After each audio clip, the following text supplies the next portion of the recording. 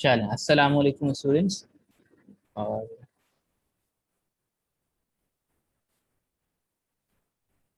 वालेकुम अस्सलाम sir.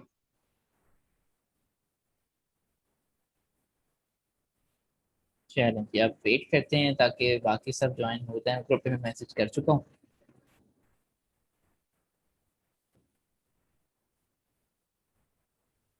Finish बेटा, आप पहले सेशन में थी क्या?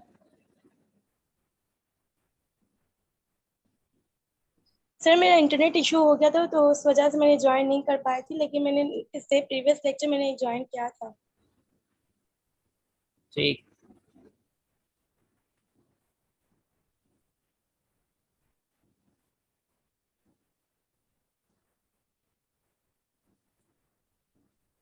चले, मैं स्क्रीन शेयर करवा देता हूँ।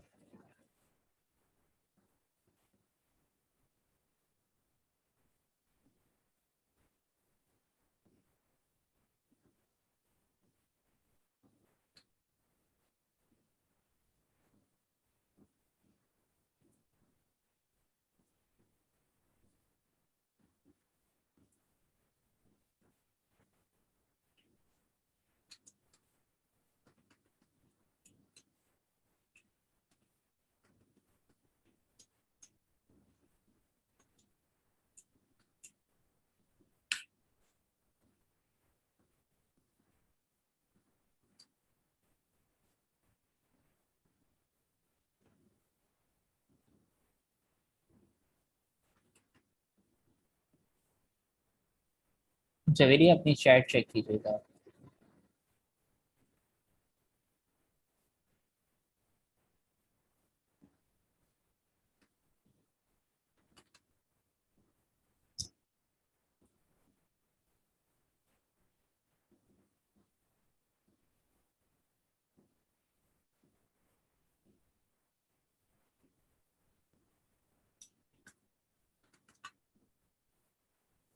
ठीक। अच्छा जी बच्चों, अब हम स्टार्ट करते हैं, कंटिन्यू करते हैं। रैशनल डिसीजन मेकिंग को हम कंटिन्यू कंप्लीट कर चुके थे।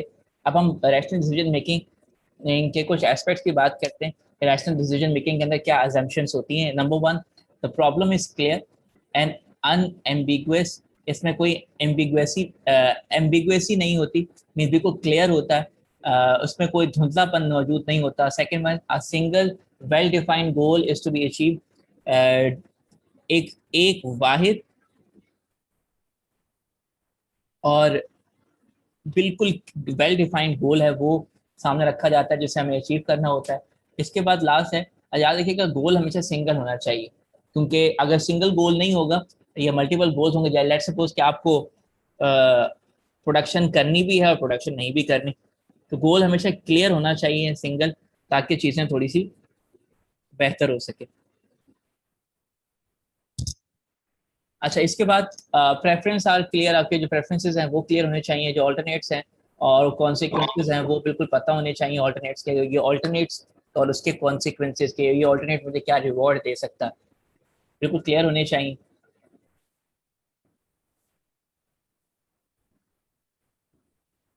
ठीक। इसके बाद नो टाइम और कॉस्ट कंस्ट्रेंट्स। कोई टाइम और कॉस्ट की कंस्ट्रेंट्स मौजूद ना हो तो आपका डिसीजन रैशनल डिसीजन होता है। फिर उसके बाद preference are constant and stable. जो आपके प्रेफरेंसेस हैं, जो क्राइटेरियाज हैं, वो स्टेबल होने चाहिए, एक जैसे होने चाहिए और वो कांस्टेंट रहने चाहिए। ऐसा ना हो कि आज आपको लगता है कि प्राइस इंपॉर्टेंट है और अगले रोज आपको लगता है कि यार प्राइस नहीं इंपॉर्टेंट है, क्वालिटी ज़्यादा इंपॉर्टेंट है।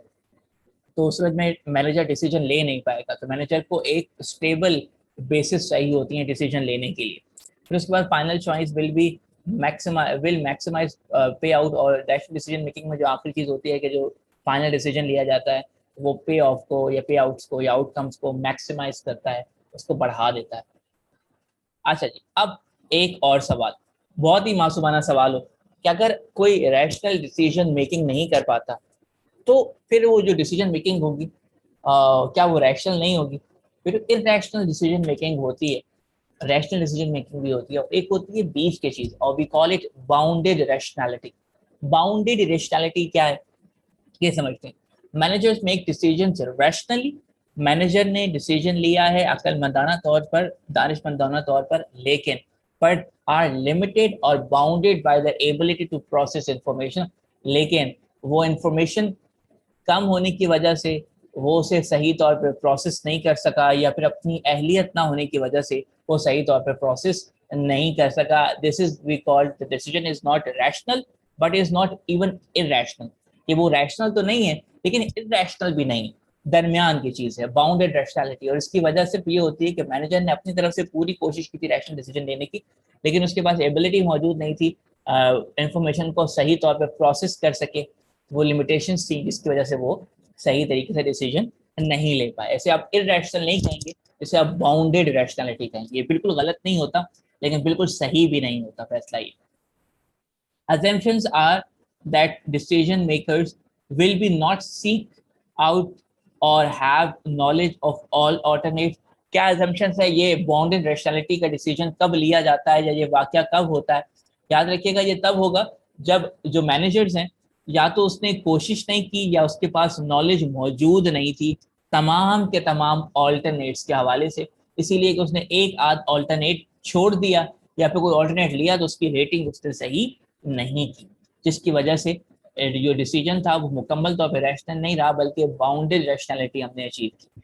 अच्छा, एक और चीज होती है, will satisfy choose the first alternate encountered that the satisfactorily resolves the problem rather than maximize the outcomes of their decision by considering all alternates and choices the best। ये भी डिसीजंस में गलती का बायस बनता है। वो ये कि हमने जब बहुत सारी लिस्ट बना ली ऑल्टरनेट्स की तो हमने कोई एक आध ऑल्टरनेट देखा और जैसे ही हमने let's suppose alternate number 1 check किया वो हमें सूट नहीं किया, हमने छोड़ दिया। ऑल्टरनेट नंबर 2 देखा, सूट नहीं किया, छोड़ दिया। ऑल्टरनेट नंबर 3 देखा, जैसे ही देखा तो हमें लगा हाँ इससे हमारा काम हो जाएगा और हमने प्रोसेस को वहीं स्टॉप किया और ऑल्टरनेट नंबर 3 को ना सिर्फ चूज किया बल्कि इंप्लीमेंट भी कर दिया। और बाकी बचे हुए ऑल्टरनेट नंबर 7, 4, 5, 6, 7, 8, 9, 10 उनको चेक ही नहीं किया, सिर्फ इस बुनियाद पे कि ऑल्टरनेट नंबर 3 से रिजल्ट्स आ गए ना, बस छोड़ दो बाकियों को। तो इस वजह से भी कई बार बाउंडेड रैशनैलिटी का सामना करना पड़ता है। हो सकता है बाकी बचे हुए जो 7 ऑल्टरनेट्स हैं वो हमने इससे भी ज्यादा सेटिस्फैक्शन, इससे भी ज्यादा रिवॉर्ड, इससे भी ज्यादा आउटकम दे सकते हो, लेकिन चूंकि हमने ऑप्शन नंबर 3 पर इक्तफा किया और वहीं पर अपना प्रोसेस रोक दिया तो इस वजह से भी हमारी बाउंडेड रैशनैलिटी अचीव हुई। ठीक, इसके बाद इन्फ्लुएंस ऑन डिसीजन मेकिंग।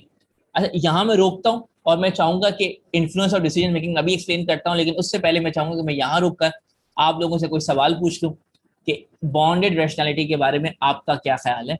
मेरा सवाल है सफिया। सफिया अपना माइक अनम्यूट कीजिएगा।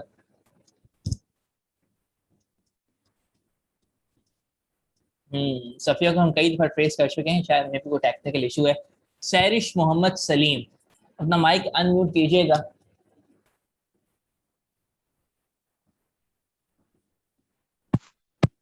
जी बहन बताइएगा, बॉन्डेड नेशनैलिटी आपके अंडरस्टैंडिंग में क्या चीज है ये? यस सर, रिपीट करें एक बार फिर। मेरा सवाल ये है जो अभी हम एक्सप्लेन कर रहे थे, आपने अभी ज्वाइन किया हमें? No sir, I am joint. Okay, bounded rationality जो है ये क्या है आपकी अंडरस्टैंडिंग में, क्या चीज होती है ये? इसमें ये कि हमारी जो इंफॉर्मेशन है वो लिमिटेड है, हमने जो डिसीजन लिया है वो डिसीजन हमारा ठीक है, रैशनल ठीक है, लेकिन जो हम लोग जो इसको अप्लाई कर रहे हैं जो, तो वो हमारा प्रॉपरली, हमारा जो डिसीजन है वो प्रॉपरली पूरा नहीं हो रहा हमारी, या तो फिर हमारी इंफॉर्मेशन लिमिटेड है इस वजह से, तो ये इरेशनल नहीं कहलाएगा, ये बाउंडेड रैशनल डिसीजन कहलाएगा। तो क्या बाउंडेड रेशनैलिटी इरेशनल और रैशनल के दरमियान की चीज होती है? यस सर, बिल्कुल। चलो, थैंक यू। ठीक है, माइक आप म्यूट कर थैंक सकते हैं अपना।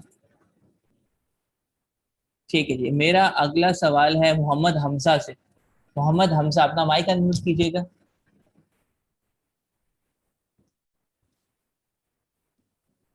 मोहम्मद हमजा अपना माइक अनम्यूट कीजिएगा, मैंने अलाउ कर दिया आपको।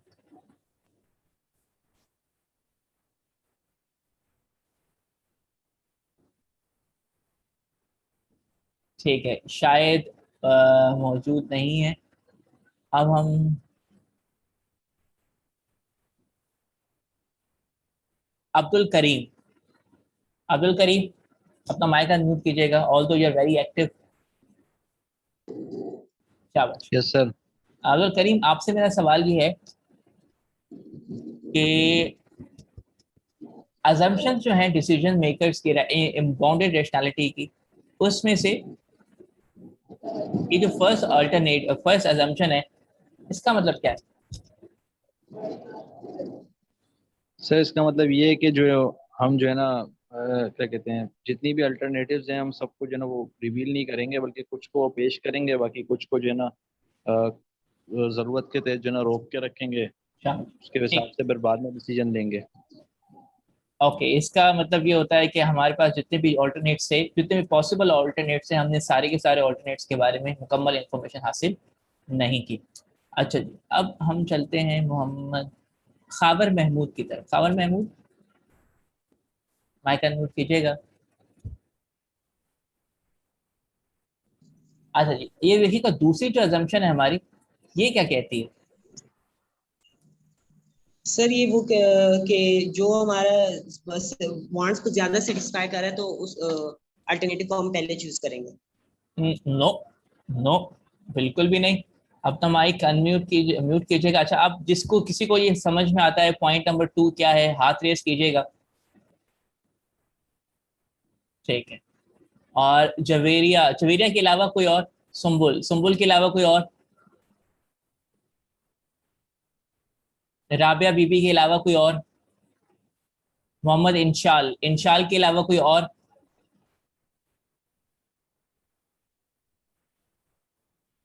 हिफ्जा बेग, हिफ्जा बेग के अलावा कोई और? सैरिश, सैरिश आंसर कीजिएगा। सैरिश आंसर कीजिए जी। सैरिश,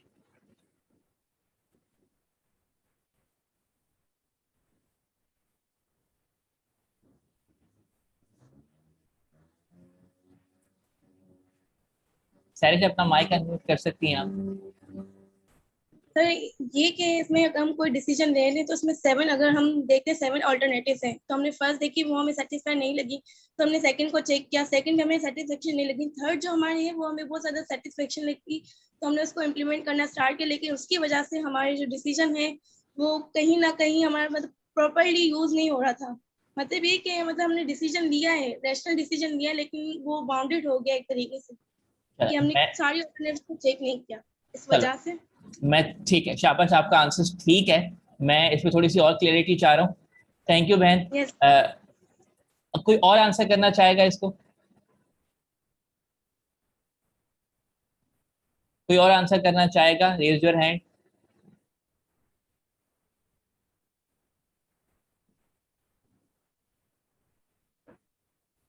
कोई और आंसर करना चाहेगा आप में से? ठीक। जवेरिया, जवेरिया के अलावा कोई और? राबिया बीबी, आप करना चाह रही थी?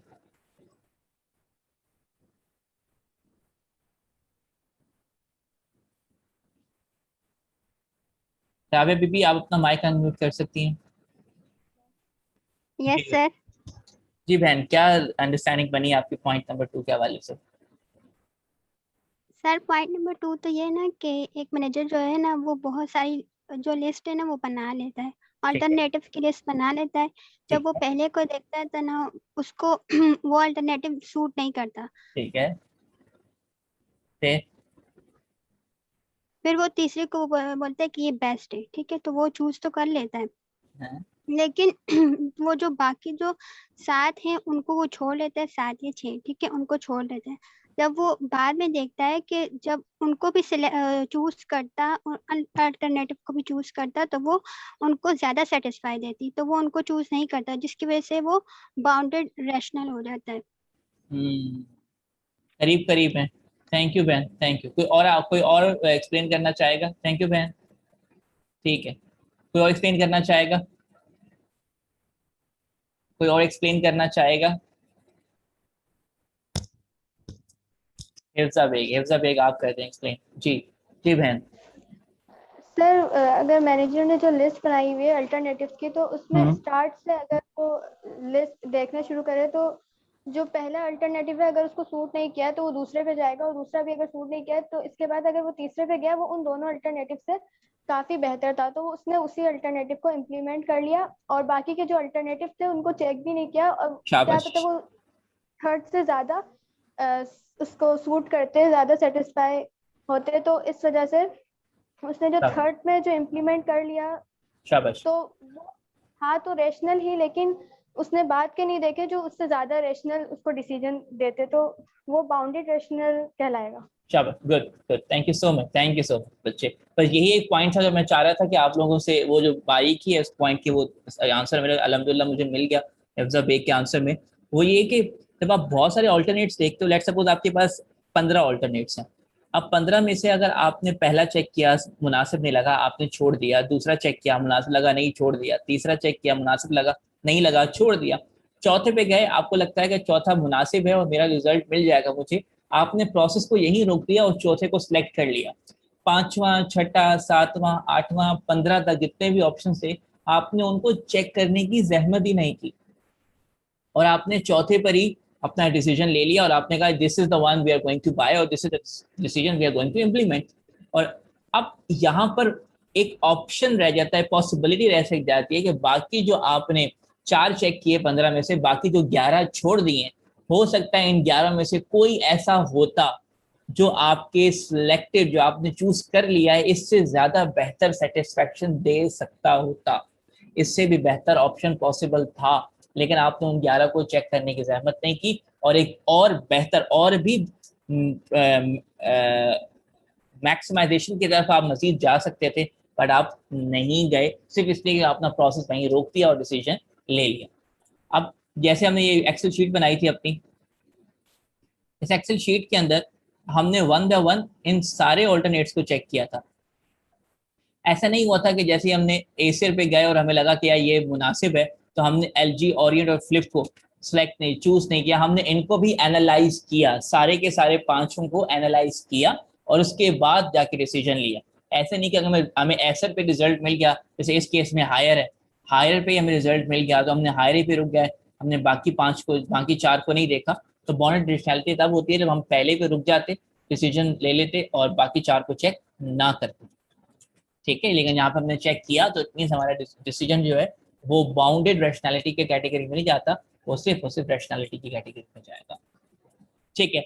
अब इसके बाद ये आखिरी पॉइंट है, इन्फ्लुएंस ऑन डिसीजन मेकिंग। ये है escalation of commitment, again very important, and increase commitment to a previous decision despite evidence that it may have been wrong। हम किसी पुराने डिसीजन को ज्यादा अहमियत देते हैं बस बावजूद इसके कि हमारे पास ये सबूत भी मौजूद है कि जो पुराना डिसीजन लिया था वो गलत था, इसके बावजूद भी हम गलत फैसले को ही लेकर आगे चलते रहते हैं। फॉर एग्जाम्पल मेरे एक बिल्कुल मैं एक ऑफिस में काम कर रहा हूँ, उस ऑफिस के अंदर मेरे एक मैनेजर हैं, वो मैनेजर बहुत काबिल समझे जाते थे, उनकी बहुत अहमियत थी कंपनी के अंदर। उन्होंने अच्छा जी बिलफर्ज मैंने दोबारा से एग्जांपल एक्सप्लेन करता हूँ, खबर अब बेहतर होगी आवाज़। तो ये है कि बिलफर्ज मैं एक कंपनी के अंदर जूनियर मैनेजर हूँ, बिलफर्ज मैं असिस्टेंट मैनेजर हूँ एक कंपनी के अंदर, और मेरे जो मैनेजर थे वो बहुत ही काबिल समझे जाते हैं, उनके डिसीजन अमूमन सही निकलते हैं, उन्होंने बहुत सारे फैसले निकले, अच्छा अमूमन सही निकलते हैं उनके फैसले। वो मेरे जो मैनेजर हैं वो रिटायर हो गए, वो रिटायर उनको निकाल दिया गया। निकाला क्यों किया गया? तो उनके कुछ फैसले ऐसे थे जो कि बहुत गलत थे और गलत होने की वजह से कंपनी को बहुत लॉस बेयर करना पड़ा, तो दैट्स व्हाई उनको निकाल दिया गया। मुझे प्रमोट किया गया, अब मैं उनकी जगह पर आ गया हूँ। अब मैंने चूंकि मैं उनका बहुत बड़ा फैन हूँ, मुझे उनके फैसले दुरुस्त लगते हैं, मैं उन्हीं के हाथों से ट्रेन हुआ हूँ, तो मैंने बहुत सारे फैसले, जब मुझे कहा गया कि अब आप फुल डिसीजन लें, तो मैंने क्या किया, मैंने एक मैटर था जिस पर पहले ही मेरे पुराने मैनेजर का डिसीजन आ चुका था और वो डिसीजन प्रूव हो चुका था कि ये डिसीजन गलत है, मैंने उस डिसीजन को चेंज नहीं किया और मैंने कहा चूंकि उनका डिसीजन है तो सही ही होगा और कोई ना कोई हिकमत होगी, और ये सोचते हुए मैंने उनके फैसले को ठीक नहीं किया और उसी फैसले को लेकर आगे चलता गया। तो इसको कहते हैं escalation of commitment, where an increase commitment किसी एक चीज से मैं इतनी ज्यादा कमिटमेंट अपनी शो करता हूं कि जिसकी वजह से प्रीवियसली रॉन्गली टेकन डिसीजंस को भी मैं कंटिन्यू कर बैठता हूं, और बावजूद इसके कि वो फैसले गलत थे, और मैं गलत फैसले को इसलिए कंटिन्यू करता हूं कि ये एक पुराना फैसला था, तो इसको ही हमें लेकर चलते रहना चाहिए। इसको कहते हैं एस्केलेशन ऑफ कमिटमेंट। इसकी वजह से भी कई बार हम रैशनल डिसीजन अचीव नहीं कर पाते और हम बाउंडेड रैशनैलिटी की तरफ जाना पड़ता है हमें। अच्छा जी, अब हम आगे चलते हैं। ये नॉर्मली उन ऑर्गेनाइजेशंस में लगता है जो कि थोड़ी कॉन्टेम्प्रेरी ऑर्गेनाइजेशंस नहीं होती, जो ट्रेडिशनल या ओल्ड फैशन ऑर्गेनाइजेशंस होती हैं, उनमें ये चीज़ें देखने को मिलती हैं कि जो फैसले ले लिए गए हम उसी को फॉलो करेंगे, उसमें कोई इनोवेशन या चेंजेस या बेहतरी की तरफ हम नहीं जाएंगे। तो इसकी वजह से रैशनल डिसीजन मेकिंग की तरफ हम नहीं जाते, बल्कि हम लोग ना चाहते हुए भी बाउंडेड रैशनैलिटी की तरफ मुड़ जाते हैं। अच्छा, अब बात करते हैं role of intuition. Very important. ये आम जिंदगी के अंदर आप बहुत फॉलो करते हैं और एक मैनेजर भी इंस्टिंक्ट की तरफ लेके चलता है। इंट्यूशन का मतलब क्या होता है? वो आवाज जो आपके अंदर से आती है फैसला लेते हुए। An intuitive decision making process on the basis of experience, feeling and accumulated judgment। आपके पुराने एक्सपीरियंसेस, आपकी फीलिंग्स और आपके पीछे लिए हुए डिसीजंस को की बेस पर जो आप फैसला लेते हो, इसे आप इंट्यूटिव डिसीजन मेकिंग कहते हो। जैसे देखो, एक वक्त ऐसा आता है कि जब आप कोई काम बहुत अरसे से कर रहे हो तो उसको करते हुए आपको इतना अटेंटिव होने की जरूरत नहीं पड़ती। फॉर एग्जांपल, मैं बॉयज को एग्जांपल समझ में आएगी कि जब आप लोग बिल्कुल एक बॉय है जो कि बाइक चलाता है काफी अरसे से, तो जब उस बंदे ने, ये आप रिलेट कर पाएंगे अपने आप से, जब वो आप लोगों ने बाइक चलाना सीखी थी तो शुरू में आप लोगों को सोचना पड़ता था, अच्छा यहाँ पे ये गियर है, ये ब्रेक प्रेस करूंगा, अच्छा अब गियर चेंज करने की जरूरत पड़ेगी, अब क्लच पकड़ना है, अब छोड़ना है, ये आप सोचते थे, अटेंटिव रहते थे। फिर वक्त गुजरता रहा, आपको 3 4 7 5 साल गुजर गए बाइक चलाते, और अब जब आप 10 साल के बाद, 12 साल के बाद आपको इतना अरसा हो गया बाइक चलाते हुए, तो अब जब आप घर से कहीं निकलते हो तो जहनी तौर पे कहीं और होते हो, किसी और ख्यालों में गुम होते हो, लेकिन आपकी बाइक चलती रहती है। आपको सोचना नहीं पड़ता कि मुझे अब गियर चेंज करना है या नहीं करना, आप मुझे ब्रेक लगानी है या नहीं लगानी, लेकिन आप लगा रहे होते हो, बिकॉज वो चीज आपकी इतनी ज्यादा प्रैक्टिस में आ चुकी है कि अब उसके बारे में आपको अटेंटिवली सोचने की जरूरत नहीं पड़ती। मैनेजर के ऊपर भी एक वक्त ऐसा आता है कि जब वो इतने ज्यादा फैसले ले चुका होता है, इतना एक्सपीरियंस हो चुका होता है कि कई दफा उसे उस तरह से अटेंटिवली सोचने की जरूरत नहीं पड़ती, बस वो डिसीजन अपने एक्सपीरियंस की बेस पर, अपनी फीलिंग्स की बेस पर, या फिर जो उसने पुराने एक्यूमुलेटेड जजमेंट्स ली हुई हैं उन्हीं जजमेंट्स की बेस पर कोई नया फैसला भी ले लेता है और वो फैसला दुरुस्त बैठता है। तो एक ये तरीका भी है इंट्यूटिव डिसीजन मेकिंग का, लेकिन याद रखिएगा ये बिगिनर्स के लिए नहीं है, ये बिगिनर्स नहीं ले सकते। ये इंट्यूटिव डिसीजन मेकिंग जो होती है वो ज्यादा इफेक्टिवली एक्सपीरियंस या पुराने मैनेजर्स ही ले सकते हैं। ऑल दो इंट्यूशन हर बंदे के पास होती है, अंदर से आवाज हर बंदे की आती है। अब बात करते हैं इंट्यूशंस क्या है और इंट्यूशंस के क्या एस्पेक्ट्स हैं। ये 1 2 3 4 5 6, ये हमारे पास 5 एस्पेक्ट्स मौजूद हैं इंट्यूशन के। वन बाय वन सबको देखते हैं और फिर मैं यहाँ रुक कर आप से कुछ आंसर्स लूंगा इस बारे में। नंबर 1 है सबकॉन्शियस मेंटल प्रोसेस। अब mental processing, managers use data from subconscious mind to help them make decisions.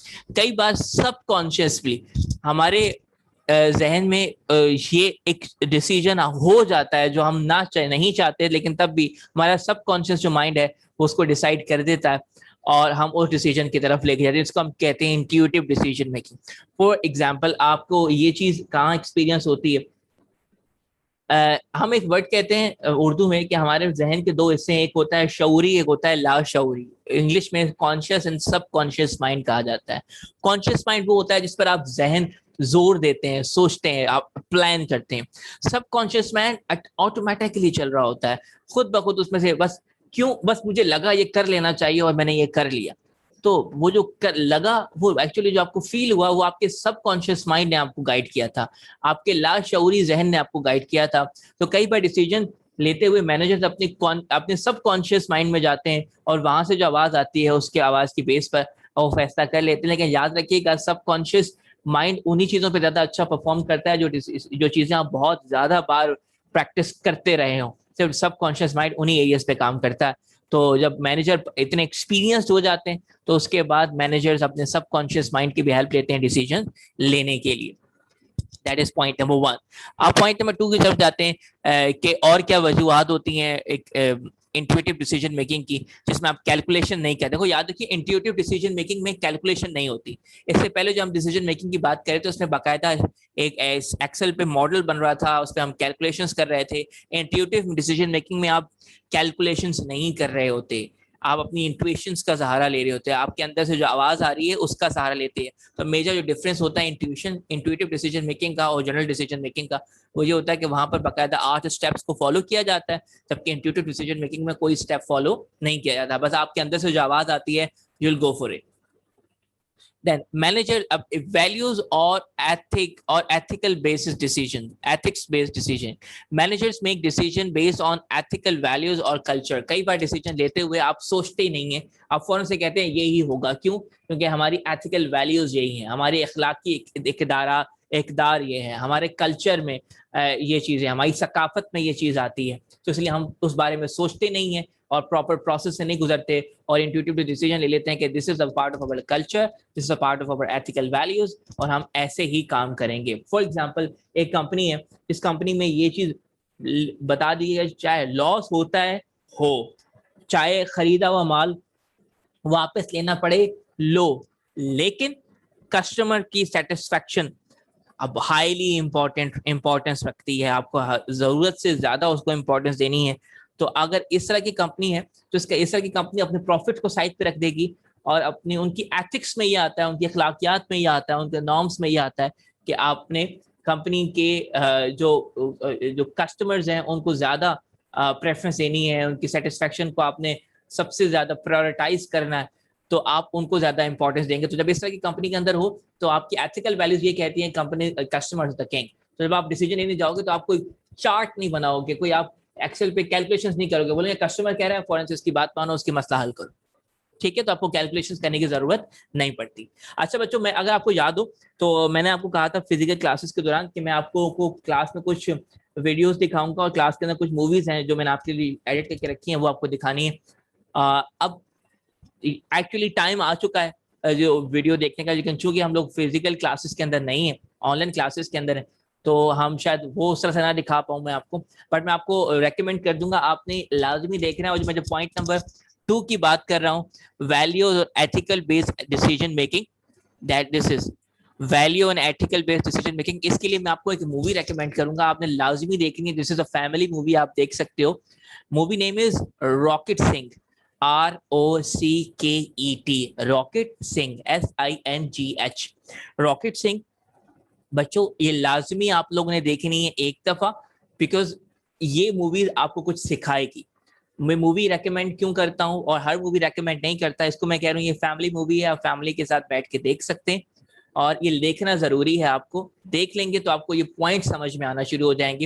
ये पॉइंट नंबर 2 की बात कर रहा हूँ। मैं मूवी का नाम आपको लिख देता हूँ ताकि इन केस किसी को, बल्कि चैट में छोड़ देता हूँ नाम, कि अगर किसी को इशू हो तो आप स्पेलिंग में कोई इशू ना हो, ठीक है। चैट अपनी चेक कर लीजिएगा बेटो बच्चों, मैंने चैट में वो, बल्कि नहीं, ये तो मैंने शायद इंडिविजुअल कर दिया है।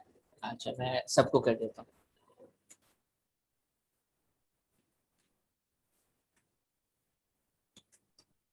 ठीक बच्चों, आप लोगों को चैट पे आ गया होगा नाम, मैंने नाम भिजवा दिया है। प्लीज इस मूवी का नाम लिख लें अपने पास और लाजमी देख लीजिएगा। ये आपको पॉइंट नंबर 2 एक्सप्लेन करेगा एथिकल वैल्यूज के बारे में। इस कंपनी का, इस वीडियो का, मूवी का प्लॉट ये है कि एक कंपनी है और वो आईटी बेस्ड कंपनी है। उस आईटी बेस्ड कंपनी के अंदर एक साहब जाते हैं एज अ सेल्स पर्सन और वहां पे जाके वो कंपनी का एक एथिकल वैल्यूज होती है, एथिकल कल्चर होता है। उस कल्चर को के हवाले से उनका जहन एक्सेप्ट नहीं करता उस कल्चर को, और फिर वो कहते हैं कि ये सब गलत हो रहा है और मुझे ठीक करना चाहिए। और then that person go for to launch his own company, वो अपनी कंपनी लॉन्च करता है वो किस तरह से कंपनी लॉन्च होती है, वो कंपनी सक्सेसफुल रहती है या नहीं रहती, और उसकी एथिकल वैल्यूज क्या थी उस नई कंपनी की, और पुरानी कंपनी की एथिकल वैल्यूज क्या थी। ये इंशाल्लाह आप वीडियोस में देखेंगे तो आपको समझ में आएगा कि एथिकल वैल्यूज कितनी इंपॉर्टेंट हैं या कितनी इंपॉर्टेंट नहीं है। That is very inspirational, like basically movie लाजमी देख लीजिएगा। चैट में मुझे रिप्लाई कर दें अगर आपको ये नाम मिल चुका है तो।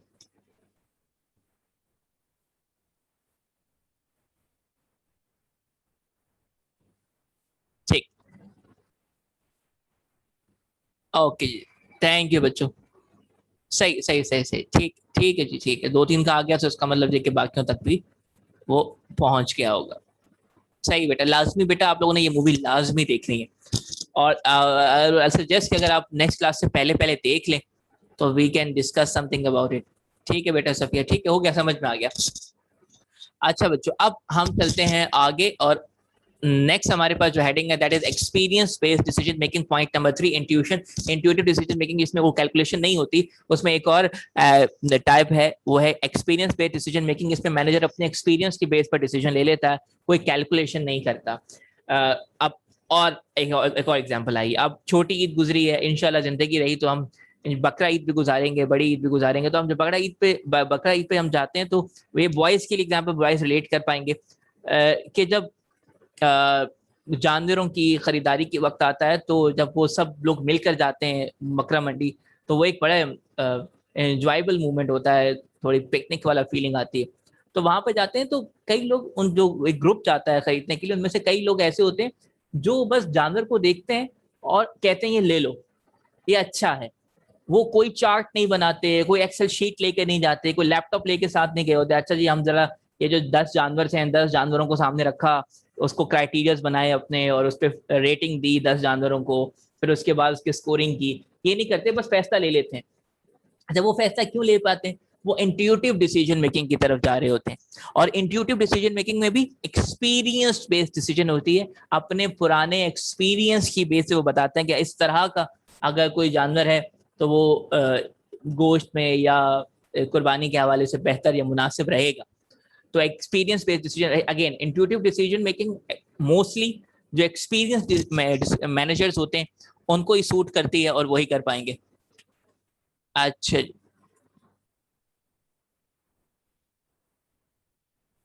ठीक, नेक्स्ट हम चलते हैं। मैं अपनी स्क्रीन एक दफा शायद कोई और दोबारा अपनी स्क्रीन शेयर कर रहा हूँ। ठीक, अच्छा जी, हम नेक्स्ट चलते हैं। और नेक्स्ट हमारे पास मौजूद है affect initiated decision making. Affect क्या है? ये वो लव एंड अफेक्शन वाला अफेक्ट है। Managers make decision based on the feelings और इमोशंस। याद रखिएगा, टेक्निकली ये कहा जाता है कि मैनेजर को जब डिसीजन लेना है तो उसको फीलिंग लेस होना पड़ेगा, तो ही वो डिसीजन ले सकता है ज्यादा बेहतर। अपने पर्सनल इंटरेस्ट को, अपनी पर्सनल पसंद को साइड पे रखना पड़ेगा। लेकिन इफेक्ट इनिशिएटेड डिसीजंस में ये होता है कि मैनेजर्स अपने किसी इमोशंस में आकर, अपने किसी फीलिंग्स में आकर, अपने किसी पसंदीदगी की वजह से वो डिसीजन ले लेता है। कोई कंपनी है जो उसको बहुत पसंद है, वो उसकी तरफ चला जाता है। कंपनी जिसके वो आप एक वर्ड इस्तेमाल सुनते होंगे, कस्टमर लॉयलिटी। वो कस्टमर लॉयल, वो मैनेजर है, वो किसी खास ब्रांड का लॉयल कस्टमर था, वो वहां चला गया और उसकी तरफ और उसी को उसने प्रेफरेंस दे दी।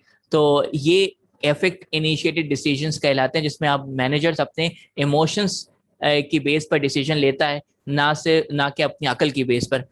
अच्छा, इसके बाद है cognitive based decision making. Managers make decisions based on skills, knowledge and training. Last है हमारे पास कॉग्निटिव बेस्ड डिसीजन। इसमें मैनेजर अपनी डिसीजन लेता है अपनी स्किल्स, काबिलियत, अपनी नॉलेज और अपनी ट्रेनिंग की बेस पर। वो सारे स्टेप जहन में परफॉर्म करता है और उसके बाद डिसीजन ले लेता है। उसको कोई चार्ट बनाने की जरूरत नहीं होती। वो मैनेजर इतना ट्रेन होता है कि वो सारे स्टेप जहन में कर सकता है। उसकी नॉलेज और स्किल्स ऐसी होती हैं कि वो इस काम को बखूबी निभा पाता है। अच्छा बच्चों, अब मैं यहाँ रोक रहा हूँ क्योंकि हमारे पास तकरीबन 6 मिनट बाकी रह गए हैं सेशंस में। हम यहाँ पे मैं क्लोज करने से पहले पहले आप लोगों को दोबारा इन्वॉल्व करूंगा और अब मैं क्वेश्चन पूछूंगा। यस, मेरा सवाल है,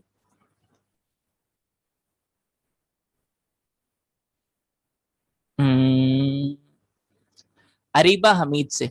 अरीबा हमीद, मुझे बॉयज आज कम दिख रहे हैं क्लास में। अरीबा हमीद, अपना माइक अनम्यूट कीजिएगा।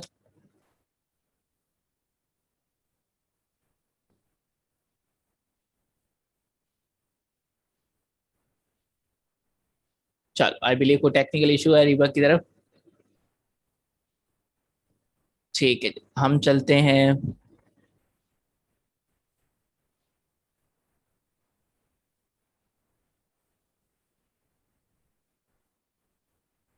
अब्दुल करीम की तरफ। अब्दुल करीम, माइक अनम्यूट कीजिएगा अपना। Yes sir. अब्दुल करीम, आपकी नजर में इंट्यूटिव डिसीजन मेकिंग क्या चीज है? सर आपकी आवाज कट रही है।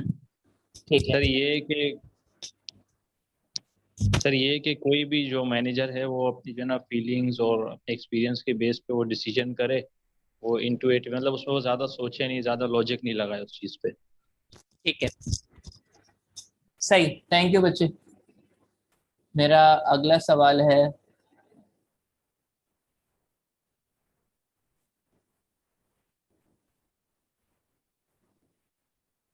मोहम्मद एहसनुल्लाह। मोहम्मद एहसनुल्लाह, जी सर। आई बिलीव शायद लोड शेडिंग का टाइम हो चुका है, बिकॉज बहुत अचानक से कुछ स्टूडेंट्स लीव करके गए, शायद कोई टेक्निकल इशू होगा। अगर आप मेरी आवाज़ सुन पा रहे हैं या ग्रुप में हैं तो प्लीज़ ट्राई करें रीज्वाइन करने की। अच्छा एहसनुल्लाह बच्चे, आपके लिए सवाल ये है कि इंट्यूटिव डिसीजन मेकिंग के ये 5 स्टेप्स हैं, 5 टाइप्स हैं। इनमें से जो पहला है सबकॉन्शियस मेंटल प्रोसेस, ये क्या अंडरस्टैंडिंग बनी है, क्या चीज़ होती है ये सबकॉन्शियस मेंटल प्रोसेस? ऐसा डिसीजन जो अनकॉन्शियसली लिया जाए, अचानक से दिमाग में बंदा डिसीजन ले ले। कभी ऐसा आपकी जिंदगी में हुआ जो आपने ऐसा डिसीजन लिया हो? यस सर, मैंने एक मोबाइल ऐसे लिया था अपने लाइफ में। So it means intuitive decision making exist करती है।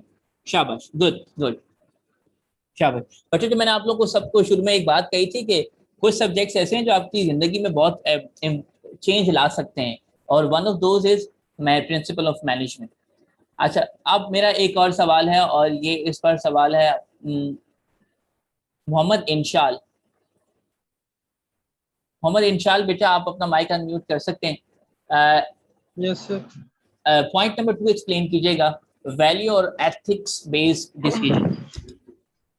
सर इसमें जो मैनेजर है वो डिसीजन करता है अपनी एथिकल वैल्यूज और कल्चरल वैल्यूज के हिसाब की बेस पर। फॉर एग्जांपल क्या? जो मतलब कि उसके लिए कस्टमर की लॉयलिटी बहुत इंपॉर्टेंट है, तो अपने डिसीजन जो भी करेगा वो कस्टमर की लॉयलिटी को देखते हुए करेगा। ठीक है। या फिर उसके लिए क्वालिटी बहुत इंपॉर्टेंट है, तो वो ऐसा डिसीजन करेगा जिससे उसको वो क्वालिटी प्रोवाइड कर सके अपने कस्टमर्स को, जिससे वो सेटिस्फाई हो। ठीक है, तो इंशाल्लाह आप ये कहना चाह रहे हैं कि क्या चीज़ कितनी इंपॉर्टेंट है वो आपकी कंपनी का कल्चर या एथिकल वैल्यूज आपको बताती हैं। Yes sir. ठीक, थैंक यू बच्चे, थैंक यू। चले, मेरा अब अगला सवाल है